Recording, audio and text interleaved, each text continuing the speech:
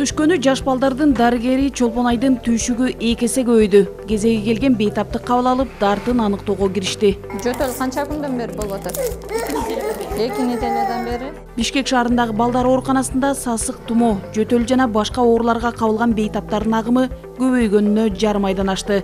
Жыл сайын ушул маалда сезондук оорулардын толкуну күчөйт. Чолпонай 2 аптадан бери ыкшып жөтөлүп жаткан Ымыркайдын апасын кошумча текшерүүдөн өтүп келүүгө жөнөттү. Высокая температура, кашель, одышка, слабость, аппетити жок.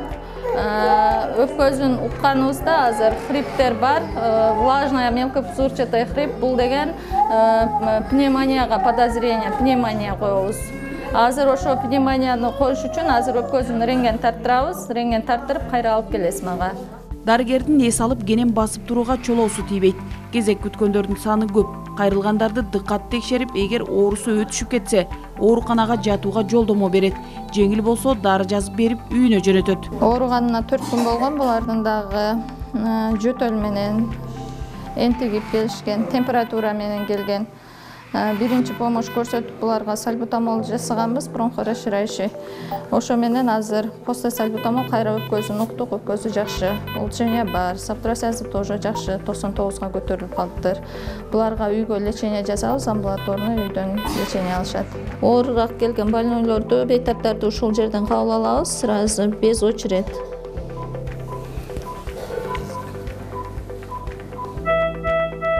Кабыл алуу бөлүмүндө оор абалда келген балдарга ыкчам биринчи жардам көрсөткөн бөлмө бар. Калктын саламаттыгына кам көргөн дарыгерлер күн-түн дебей эмгектенишет.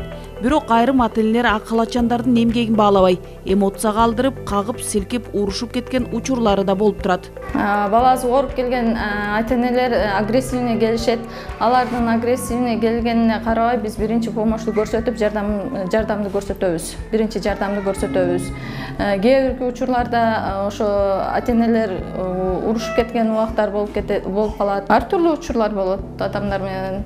Кээ бирки ата-энелер түшүнүктүү болот, түшүнүп жумушуңар оор экен деп рахмат айтып кетет. Кээ биркилер наоборот, ошону эле наоборот урушуп кетет, айтышып кетишет, сөгүп кетишет. Чолпонай жоопкерчиликти талап кылган кызматта иштейт. Ал түшкө чейин бейтаптарды кабыл алат. Андан соң кечке чейин кагаз иштери менен алектенет. Ошондой эле кабыл алуу бөлүмүнүн башчысы катары рентген, УЗИ, кулак, мурун, стоматология адистеринин ишмердүүлүгүн көзөмөлдөйт. Саламатсыздарбы? Кандай иштеп атасыңар? Маанайыңар кандай? Бейтаптар бүгүн кандай болду? Бейтаптар күнүгө эле көп. Бүгүн жаткан ооруларды көбүнчө биз жаткан ооруларды тартабыз. Больницада жаткандарды 35 бала болду азыр. Чолпонай апасынын жолун жолдогон. Бала кезинен медик болууну кыялданган элеттик кыз. Мектепти ийгиликтүү аяктап, уядан учкандан кийин медицина тармагын тандаган.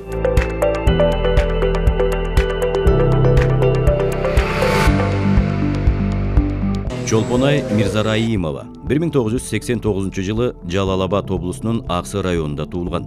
Кош Төбө айылындагы орто мектепти аяктаган соң 2007 жылы Ош мамлекеттик университетинин медициналык факультетине тапшырган. Жогорку окуу жайды 2013 жылы аяктап педиатр кесибине ээ болгон жаш адис Ош облустук балдар ооруканасында 1 жыл ординатурада тажрыйба топтогон. 2015 жылы Аксы райондук аймактык ооруканада жарым жыл иштеп, Бишкек шаарына келген. Баш калаадагы балдар ооруканасына 2016 жылы ишке орношуп, кесипкөйлүгүн көрсөткөн адис 2020 жылы бөлүм башчы кызматына көтөрүлгөн. Жаш балдар менен иштөө татаал жана жоопкерчиликтүү. Дарыгерлер ар бир бейтапка өзүнчө мамиле кылып, дыкат карап чыгууга тийиш. Бир убакта жумуш оор, бир убакта биз ошо жумуш оор болгондо дагы мындай кызыксаң иштей бересиң. Мен өзүмдүн кесибим жагат, кызыгам. Оор болсо дагы ошо жумушта иштейм. Балдар менен иштеш өтө оор. Булар өз ооруун айтып бере албайт.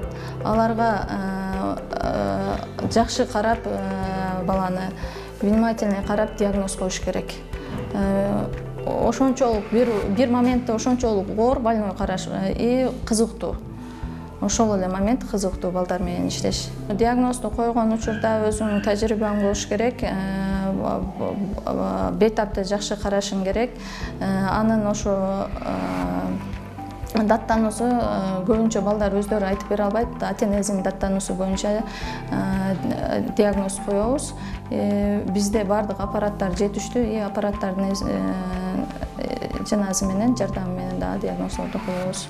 Кайталанган күндөр, балдары менен келген көпчүлүк баш көтөрбөй иштеген медиктер. Мындай көрүнүш жазга маал аба алмашканда жайлабаса, жайы кышы токтобойт. Ушул күндөрү жаш балдардын дарыгерлери күчөтүлгөн тартипте иш алып барууда. Ушул эле көрүнүш да, күнүгө эле ушул эле ызычуу, уруш, жаңжал, аны кызыктуу деле окуя деле жок.